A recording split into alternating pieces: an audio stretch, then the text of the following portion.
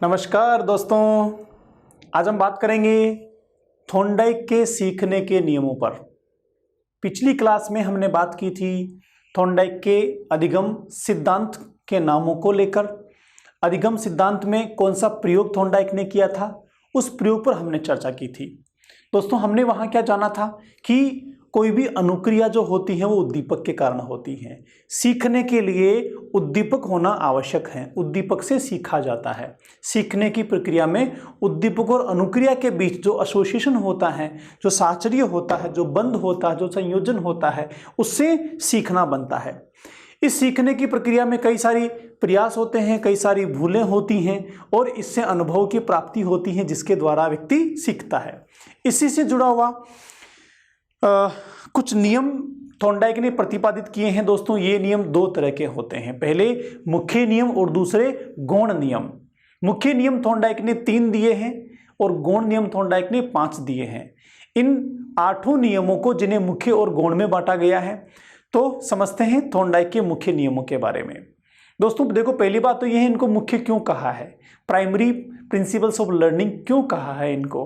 Primary principal कहने के पीछे, प्रमुख नियम कहने के पीछे कारण ये हैं, थॉर्नडाइक ऐसा मानते हैं कि हर एक अधिगम में, सभी प्रकार के अधिगमों में, चाहे किसी विषय विशेष का हो, चाहे किसी व्यक्ति विशेष के द्वारा हो रहा हो, चाहे किसी परिस्थिति विशेष में हो, लगभग ये तीनों नियम तो सीखने की प्रक्रिया में लागू होते ही होते हैं। इन तीनों को अपनाना बहुत जरूरी है अगर सीखने की प्रक्रिया को फ्रूटफुल बनाना है, रिजल्ट बेस्ड बनाना है, परमानेंट अधिगम करना है, तो इसीलिए इनको कहा है सीखने के मुख्य नियम।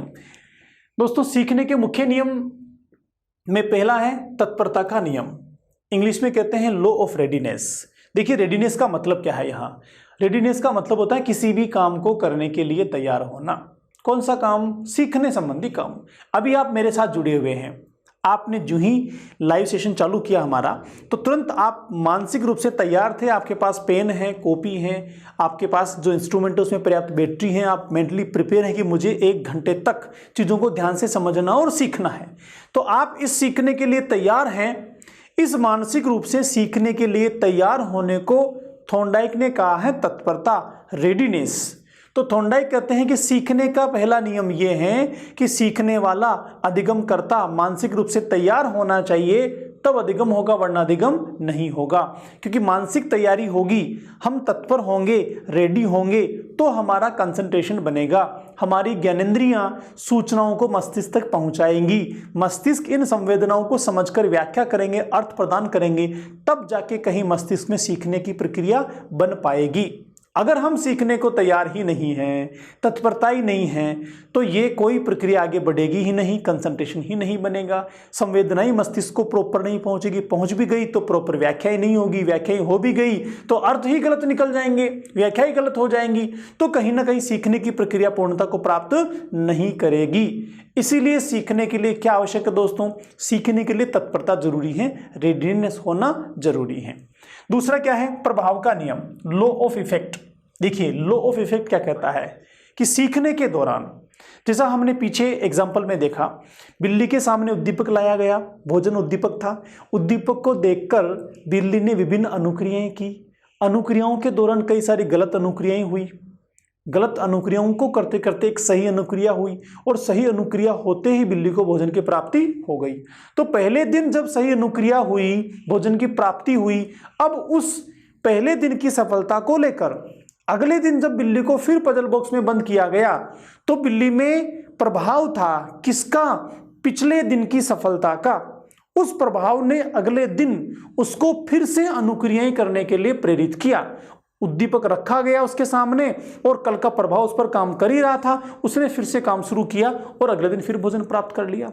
तो इस तरीके से सीखने की प्रक्रिया में जब व्यक्ति को सफलता मिलती है, जब व्यक्ति के परिणाम उसके अनुकूल आते हैं, जब वह सीख जाता है, सीखने लगता है, तो यह जो सीख रहा है, यह जो परिणाम उसके अनुकूल आ रहा है, जो सफलता मिल रही है, यह प्रभाव का काम करते हैं और उससे सीखने की प्रक्रिया आगे बढ़ती है। इसे कहा जाता है प्रभाव का नियम, लॉ ऑफ इफेक्ट।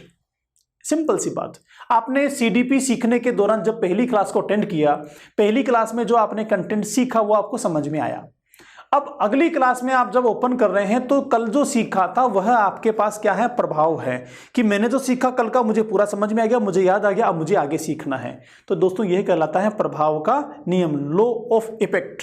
तीसरा है अभ्यास का नियम, लॉ ऑफ प्रैक्टिस।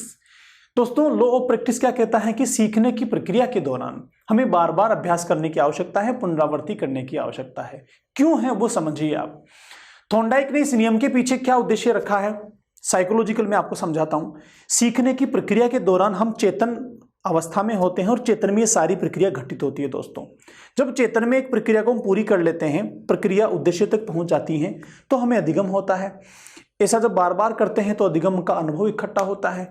लेकिन एक बार जो अधिगम हमारे मस्तिष्क में बना, एक बार जो हमने सीखा, वह कुछ समय बाद धीरे धीरे धीरे नीचे दबने लगता है। क्यों दबने लगता है? क्योंकि सीखना मानवीय प्रकृति है।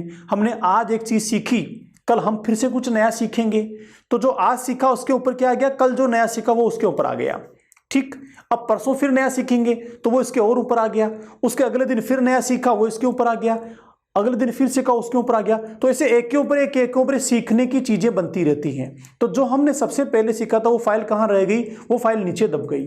अब जो फाइल नीचे दबी हुई है, अगर वो नीचे ही रही तो हमें लगेगा क्या कि हमने सीख भी लिया, हमें आता भी है, लेकिन जब एग्जाम में बैठेंगे तो हमें वो क्वेश्चन सही सोल्व नहीं हो पाएगा।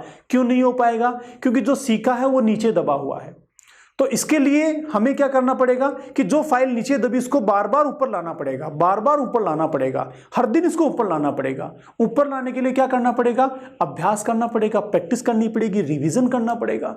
जब बार बार अभ्यास करेंगे, बार बार रिवीजन करेंगे, तो ये जो कंटेंट सीखा हुआ है, सीखने का अनुभव जो हमारे मस्तिष्क में है, वो वापस चेतन मन में आता रहेगा, चेतन में आता रहेगा और चेतन में ही बना रहेगा। और चेतन में बना हुआ है तो जब आप एग्जाम में पेपर सोल्व कर रहे हैं तब भी किस में है? चेतन में है।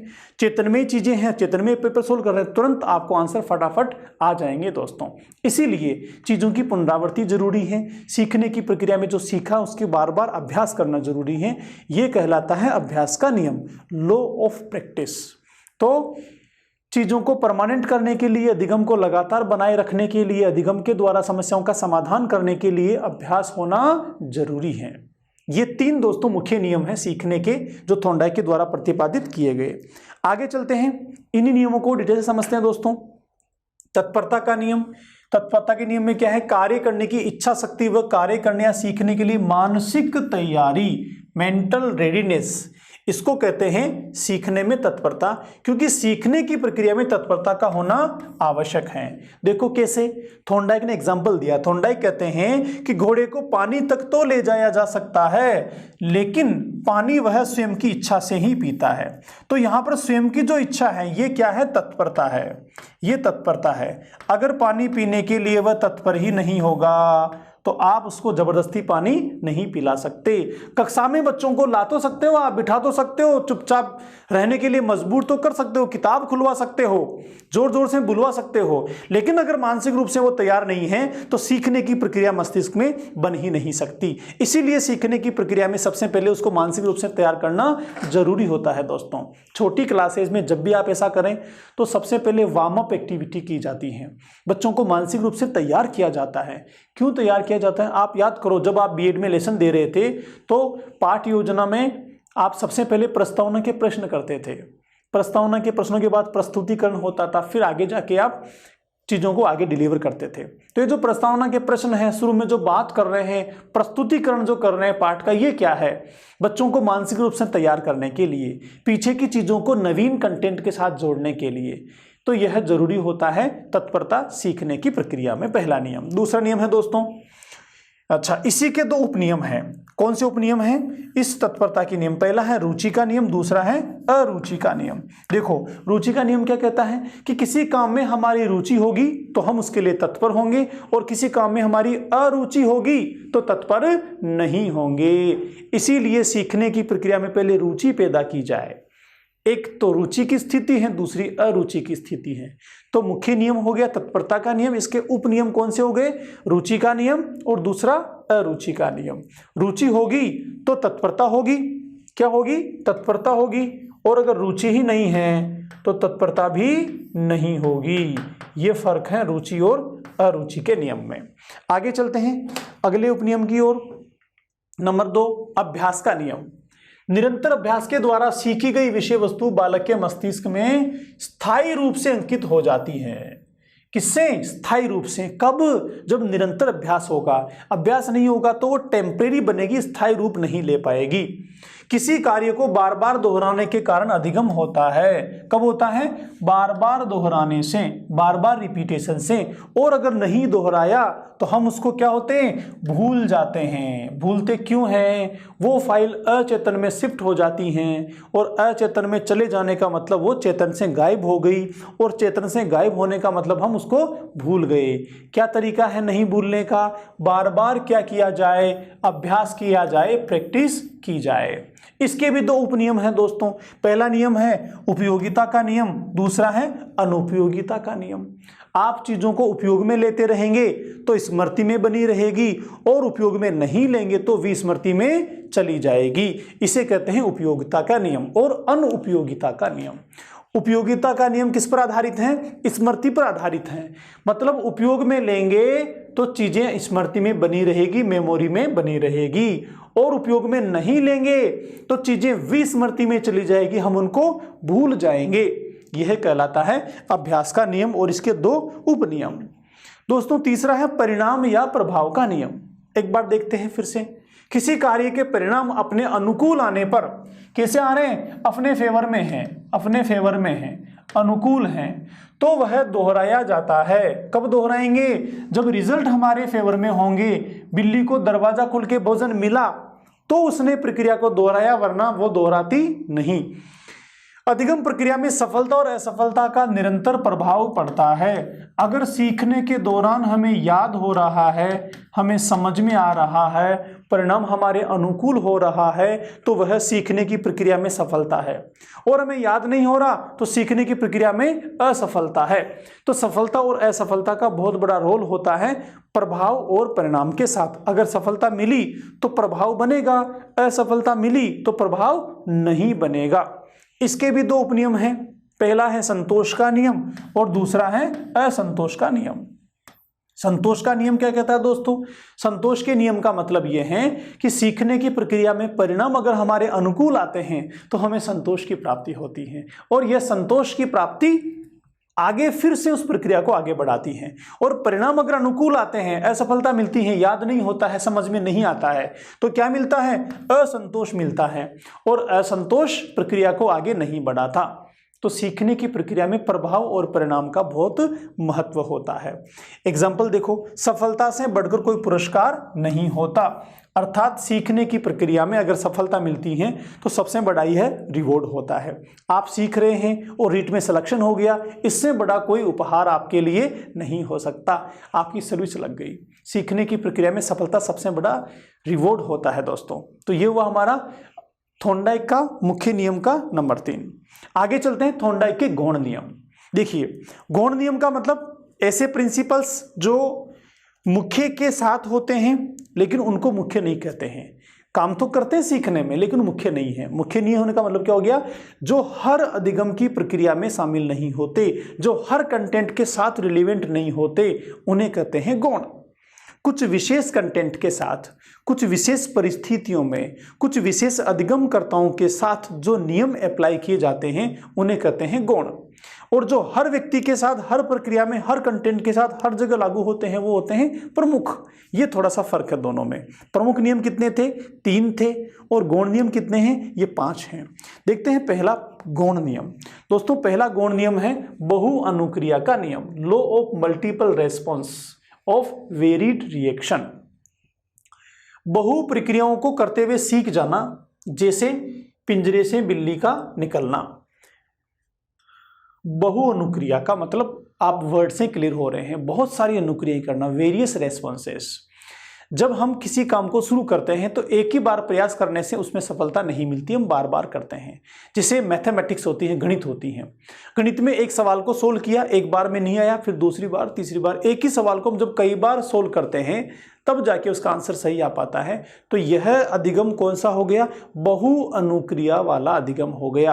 अर्थात सीखने की प्रक्रिया में कोई ऐसा कंटेंट, ऐसा तरीका जहां अनुक्रियाओं को बार बार किया जाता है, बहुत सारी अनुक्रियाएं होती हैं, वह कहलाता है बहु अनुक्रिया का नियम।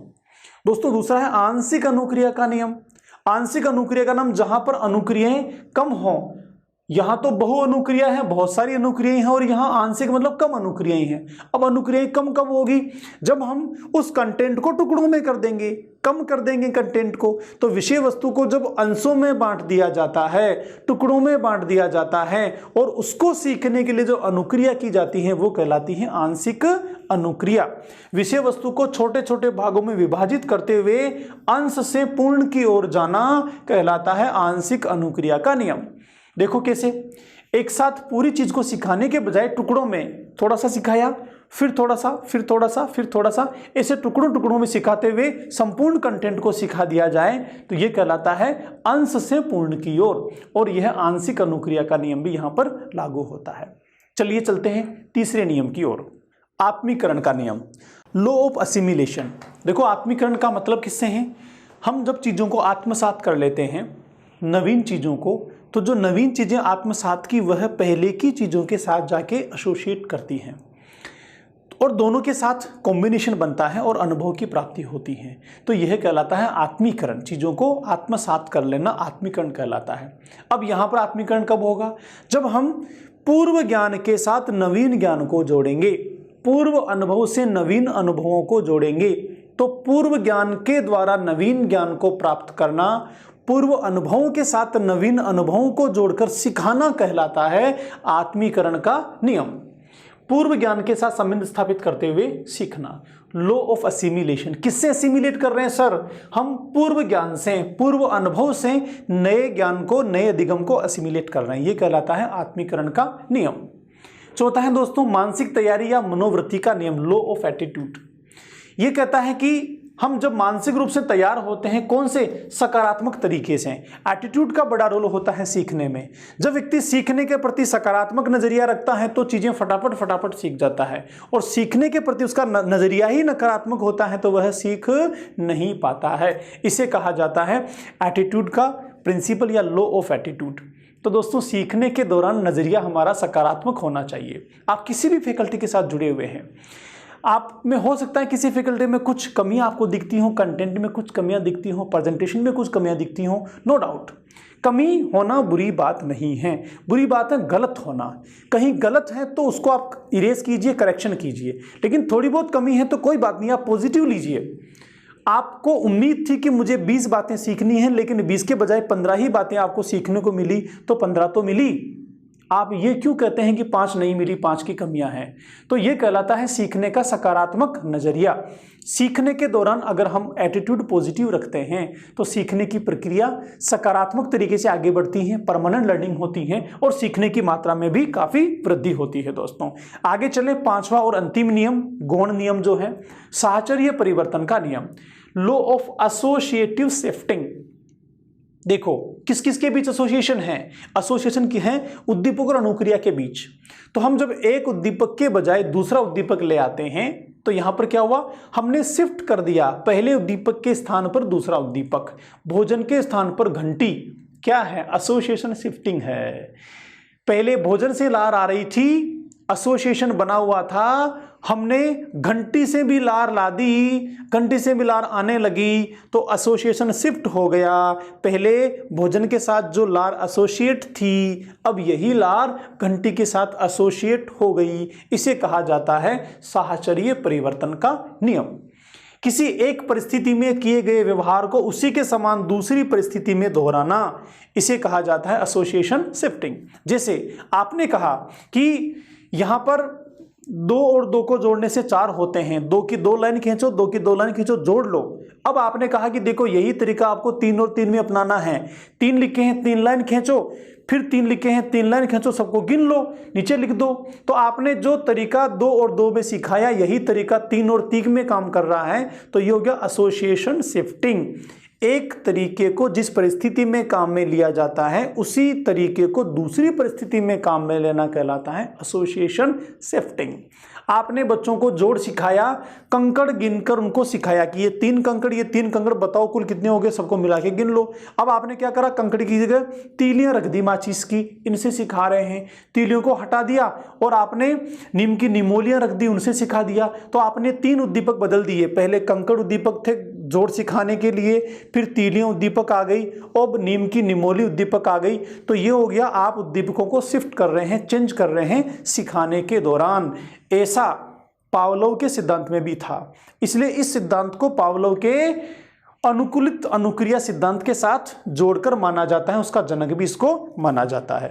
तो दोस्तों ये थे थॉर्नडाइक के द्वारा प्रतिपादित 3 गौण नियम, 3 मुख्य नियम और 5 गौण नियम। सीखने की प्रक्रिया में दोस्तों इन नियमों का पालन होना जरूरी है, चाहे हम खुद सीख रहे हों, चाहे बच्चों को सिखा रहे हों। आगे चलते हैं। थॉर्नडाइक ने इस अधिगम के सिद्धांत को सीखने के साथ कैसे जोड़ा और शैक्षिक उद्देश्य क्या इससे बनते हैं, शैक्षिक निहितार्थ क्या इसमें छुपे हुए हैं, क्या क्या चीजें हैं जो सीखने में इस सिद्धांत के द्वारा हमें काम करने वाली हैं, जिनका हमें फायदा मिलने वाला है। तो चलते हैं शैक्षिक निहितार्थ की ओर, शैक्षिक महत्व की ओर। किसका शैक्षिक महत्व?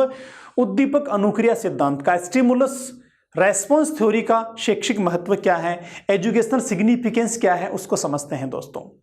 मैंने पिछले सेशन में भी आपको कहा था, जब हम पावलोव को पढ़ रहे थे, किसी भी सिद्धांत का सबसे इंपॉर्टेंट पोर्शन जो होता है उसका शैक्षिक महत्व होता है। क्यों होता है? हमारे साथ प्रत्यक्ष में, हमारे प्रोफेशन के साथ सिखाने की प्रक्रिया में शिक्षक होने के नाते हमें जिसका डायरेक्ट रिलेशन है वो शैक्षिक महत्व है, कि इस थ्योरी को हम बच्चों में कैसे काम में लेंगे, ये थ्योरी बच्चों को सिखाने में कहाँ कहाँ काम आएगी, इसका शिक्षा में क्या महत्व है, ये हमारे लिए सबसे उपयोगी चीज़ है। इसका प्रयोग किसने दिया, क्या नाम है, किस तरीके से घटनाएं हुई, ये गौण है।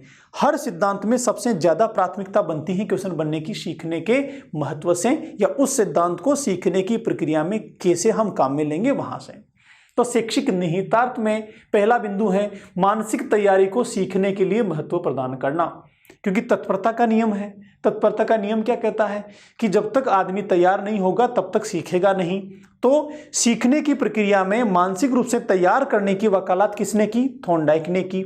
उद्दीपक अनुक्रिया सिद्धांत से हमने क्या सीखा कि बच्चों को सिखाने के लिए मानसिक रूप से तैयार करना चाहिए। तो ये देन हो गई इस सिद्धांत की शिक्षा के क्षेत्र में। दूसरी है समस्या समाधान पर बल। देखिए, हमने प्रयोग देखा, प्रयोग में क्या था कि बिल्ली के सामने भोजन रखा था लेकिन भोजन प्राप्त नहीं कर पा रही है। तो समस्या है, क्या समस्या है? ये दरवाजा समस्या बना हुआ है। जब बिल्ली ने बार बार प्रयास किए, समस्या का समाधान हो गया, और ऐसा बार बार करने पर बिल्ली ने दरवाजा खोलना सीख लिया। दरवाजा खोलना सीख लिया तो समस्या का समाधान करना बिल्ली ने सीख लिया। इससे हमने क्या जाना, हमारे काम में क्या बात आई कि जब भी बच्चों को कोई समस्या दी जाए तो उसका समाधान बच्चों को आना जरूरी है। अगर बच्चे उसका समाधान सीख लेते हैं तो ये अधिगम हो गया, इसलिए समस्या का समाधान होना जरूरी है। मान लीजिए थॉर्नडाइक प्रयोग करता और दरवाजा खुल ही नहीं पाता, बिल्ली को भोजन ही नहीं मिलता, तो समस्या का समाधान होता क्या? नहीं ना। आपने बच्चों को सवाल दिया और बच्चे उसको सोल्व ही नहीं कर पाए और आप आगे बढ़ गए, तो समस्या का समाधान नहीं है। जो भी समस्या दी जाए वो समस्या समाधान तक पहुंचनी चाहिए, क्योंकि समाधान से ही बच्चों में अनुभव होता है और सही मायने में यही सीखने के लिए जरूरी है। इसलिए समस्या का समाधान होने पर बल दिया जाता है इस सिद्धांत में। विभिन्न अनुक्रियाओं के द्वारा, विभिन्न अनुक्रियाओं को भी हमें कौन सिखा रहा है? अनुक्रियाओं को हमें सिखा रहा है सिद्धांत। देखो क्या फर्क है। पावलोव भी अनुक्रियाओं की बात करते थे, लेकिन वो एक ही चीज को यंत्रवत बार बार रिपीट करने की बात करते थे। ये यंत्रवत करने की बात नहीं कर रहे हैं। ये चीजों को बदलो आप कैसे भी करो, लेकिन रेस्पॉन्स होने चाहिए, प्रतिक्रियाएं होनी चाहिए, क्योंकि कई सारी प्रतिक्रियाएं होंगी तब जाके सही प्रतिक्रिया होगी। मंद बुद्धि या धीमी गति के बालकों को के लिए उपयोगी। देखो मंद बुद्धि में क्या होता है सर? मंद बुद्धि में इन बालकों की बुद्धि सामान्य बच्चों से थोड़ी कम होती है, क्योंकि बुद्धि थोड़ी कम होती है और सीखना जो है ये बौद्धिक क्षमता पर निर्भर करने वाला कार्य है। सीखने की प्रक्रिया में बौद्धिक क्षमता का बहुत रोल होता है। तो जो बच्चा सामान्य से थोड़ा कम बुद्धि वाला होता है, उस बच्चे के लिए बार बार प्रयास करवाने की आवश्यकता है, बार बार उसको अभ्यास करवाने की आवश्यकता है। जब बच्चा बार बार अभ्यास करेगा तो थोड़ी मंद बुद्धि है, लेकिन इस मंद बुद्धि की जो कमी उसमें है, इस कमी को अभ्यास के द्वारा दूर किया जा सकता है और सामान्य बच्चों के साथ में लाया जा सकता है। इसीलिए यह सिद्धांत जो अभ्यास पर बल देता है, मंद बुद्धि बच्चों के लिए उपयोगी है। ऐसे ही धीमी गति से सीखने वाले कुछ बच्चे होते हैं जो सामान्य बच्चों के साथ सीखते हैं, कुछ की सीखने की गति धीमी होती है, उन्हें भी बार बार अभ्यास करवाने की आवश्यकता है। मानसिक शक्तियों के प्रयोग पर बल। देखो, मानसिक शक्तियों के प्रयोग का मतलब क्या हो गया? सीखना एक मानसिक प्रक्रिया है जिसके साथ मानसिक शक्तियां संबंध रखती हैं, मानसिक शक्तियां इसको संपादित करती हैं, जैसे बुद्धि है, अभिप्रेरणा है ना, चिंतन है, मनन है, तर्क वितर्क है, ये सारी की सारी मानसिक शक्तियां काम करती हैं। इन मानसिक शक्तियों को प्रयोग में लेने के लिए व्यक्ति को मानसिक रूप से तैयार होना चाहिए, और मानसिक रूप से तैयार होगा तो तत्परता का नियम उस पर लागू हो जाएगा। इसीलिए मानसिक शक्तियों को सीखने में प्रयोग में लेना चाहिए। ये इस सिद्धांत का शैक्षिक महत्व है शिक्षा के क्षेत्र में। छोटे बालकों हेतु उपयोगी। मैंने रिसेंटली कहा कि बार बार प्रयास करने की आवश्यकता है, चाहे गलतियां होने दो, कोई बात नहीं, गलतियां करके सीखने दो बच्चों को। तो छोटे बच्चों के द्वारा विभिन्न गतिविधियां करवाई जाती हैं जहां पर उनको स्वतंत्र छोड़ दिया जाता है। शिक्षक खाली उनका मार्गदर्शन करता है, जहां दिक्कत आ रही है उसमें समाधान में उनका हिस्सा बनता है, मदद करता है, लेकिन खुद अनुकरण नहीं करवाता, खुद रेडी तरीके उनको नहीं बताता, बस साइड में रहता है। इसको कहा जाता है वर्तमान सीखने सिखाने की प्रक्रिया, जिसमें शिक्षक सहयोगकर्ता के रूप में होता है। तो यहाँ पर छोटे बच्चों को खुद को विभिन्न अनुक्रियाएं करने के लिए मोटिवेट किया जाता है, इसीलिए यह सिद्धांत छोटे बच्चों के लिए उपयोगी हो गया। त्रुटियों से लाभ उठाकर सीखने पर बल देता है। त्रुटियों से लाभ उठाने का मतलब बहुत सारी गलतियां हों, उन गलतियों के द्वारा ही हम सीखें कि ये गलती, ये जो काम था यहाँ, ये जो मैंने किया, ये ऐसा नहीं, ऐसे होना चाहिए, तो हमने इस गलती को ठीक किया। ऐसे बार बार गलतियां करके सीखते हैं। ये भी कौन कहता है? इस सिद्धांत में शैक्षिक महत्व के रूप में है। दूसरा दोस्तों, स्वयं अनुसंधान आवश्यक। स्वयं अनुसंधान का मतलब होता है किसी भी चीज को सीखने के लिए खुद ही अनुक्रियाएं करें, सीधा अनुकरण नहीं करें, खुद ही अनुक्रियाएं करें। जब खुद ही अनुक्रिया करेगा तो गलतियां होंगी तो आगे चल के सही अनुक्रिया भी होगी, सही अनुक्रिया होगी तो पुनर्बन भी मिलेगा। तो ये सब कब होगा? संपूर्ण प्रक्रिया कब होगी? जब स्वयं अनुसंधान करेगा। अगर स्वयं अनुसंधान ही नहीं करेगा, स्वयं सीखेगा ही नहीं, स्वयं खुद प्रक्रिया का हिस्सा ही नहीं बनेगा, चीजों को बनी बनाई प्राप्त कर लेगा, रट लेगा, तो फिर यहां पर गलतियां भी नहीं होंगी और सही अनुक्रिया भी नहीं होगी, पुनर्बन भी नहीं मिलेगा। ये प्रोसेस जो मानसिक है वो तो कहीं हुआ ही नहीं। क्या हो गया? रेडी चीज थी, उसको रट के दिमाग में बना लिया, वो अस्थायी होगी और उससे अनुभव में नहीं बनेगी, सिर्फ वो हमारे नॉलेज का हिस्सा बनेगी, अंडरस्टैंडिंग उससे नहीं हो पाएगी। अंडरस्टैंडिंग करने के लिए, एप्लीकेशन करने के लिए, मस्तिष्क को समस्या के समाधान में तैयार करने के लिए, क्षमता लाने के लिए खुद को ही अनुसंधान करना आवश्यक है। कौन कहते हैं ऐसा? थॉर्नडाइक अपने सिद्धांत में ऐसा कहते हैं। आगे हैं दोस्तों, गणित विज्ञान जैसे कठिन विषयों के लिए उपयोगी। गणित में बार बार अभ्यास करवाते हैं, विज्ञान में बार बार अभ्यास करवाते हैं। विज्ञान में बच्चों को खुद को प्रैक्टिकल करने को कहा जाता है, बहुत सारे प्रयोग करने की बात कही जाती है। तो जहाँ बहुत सारे प्रयोग होते हैं, जहाँ बार बार अभ्यास होता है, जहाँ विभिन्न गलतियाँ होती हैं, पुनर्बलन होते हैं, ये सब इसी सिद्धांत ने हमें दिया। इसीलिए यह सिद्धांत गणित और विज्ञान जैसे विषयों में बहुत उपयोगी है दोस्तों। ज्ञानात्मक व क्रियात्मक विकास पर बल। ज्ञानात्मक का मतलब जो नॉलेज वाला होता है, क्रियात्मक जो एक्टिविटी पर आधारित होता है। जब विभिन्न अनुक्रियाओं की बात कर रहे हैं तो हम किसकी बात कर रहे हैं? क्रियात्मक की बात कर रहे हैं। विभिन्न अनुक्रियाओं के दौरान जो मस्तिष्क में प्रक्रिया हुई, उसके द्वारा अधिगम हुआ, अनुभव मिला, वो किसकी बात करता है? ज्ञानात्मक पक्ष की बात करता है। तो दोनों ही प्रक्रियाओं पर, दोनों ही क्षमताओं पर विकास करने का पर जोर कौन देता है? ये वाला सिद्धांत इस पे जोर देता है। निरंतर अभ्यास पर बल हमने पीछे पढ़ा। लॉ ऑफ प्रैक्टिस, अभ्यास का नियम क्या कहता है? बार बार अभ्यास करो। अनुभव द्वारा अधिगम हमने पीछे समझा। बिल्ली को क्या हुआ था? बार बार दरवाजा खोलने से अनुभव हो गया, अब गलतियां कम कर रही है और पिछले अनुभव के द्वारा सीख रही है, इसलिए अनुभव पर बल दिया जाता है। बालक की रुचि और अरुचि पर ध्यान हमने पीछे समझा जब तत्परता की बात कर रहे थे। मानसिक रूप से तैयार होने की बात कर रहे थे। रुचि है तो तत्परता होगी, अरुचि है तो तत्परता नहीं होगी। तो हमें यहाँ से क्या सीखने को मिला, हम इसको कैसे क्लास में काम में लेंगे कि बच्चों को सिखाने से पहले रुचि पैदा की जाए, क्योंकि रुचि होगी तो तत्परता होगी और रुचि ही नहीं होगी तत्परता नहीं हो पाएगी। निम्न स्तर हेतु उपयोगी मतलब छोटे बच्चों के लिए भी उपयोगी हैं, क्योंकि छोटे बच्चों को विभिन्न अनुक्रियाएं करने को कहा जाता है, विभिन्न गलतियों के द्वारा वो सीखते हैं। इस सिद्धांत के अनुसार लक्ष्य स्पष्ट होना आवश्यक है, बहुत जरूरी है। जब तक उद्दीपक स्पष्ट नहीं होगा तब तक अनुक्रियाएं नहीं होंगी। तो उद्दीपक सामने रखा है बिल्ली के, बिल्ली का लक्ष्य स्पष्ट है कि मुझे यह भोजन प्राप्त करना है, बस। ऐसे ही यह सिद्धांत कहता है कि सीखने के लिए आप पहले लक्ष्य तैयार करो, वो स्पष्ट होना चाहिए, फिर उसके लिए अनुक्रियाएं करो तो लक्ष्य की प्राप्ति हो जाएगी। ये कहता है लक्ष्य स्पष्ट होना चाहिए। इन्वेंट्री और एप्टीट्यूड परीक्षण, इन्वेंट्री और एप्टीट्यूड परीक्षण जो होते हैं वो भी इसी सिद्धांत की देन है दोस्तों। तो ये कुछ अधिगम के शैक्षिक निहितार्थ, शैक्षिक महत्व जो इस सिद्धांत का है वो हमने जाना दोस्तों। और इसके साथ ही हम बाइंड अप करते हैं हमारे आज के सेशन को। एक बार फिर से रिवाइज करते हैं बाइंड अप से पहले।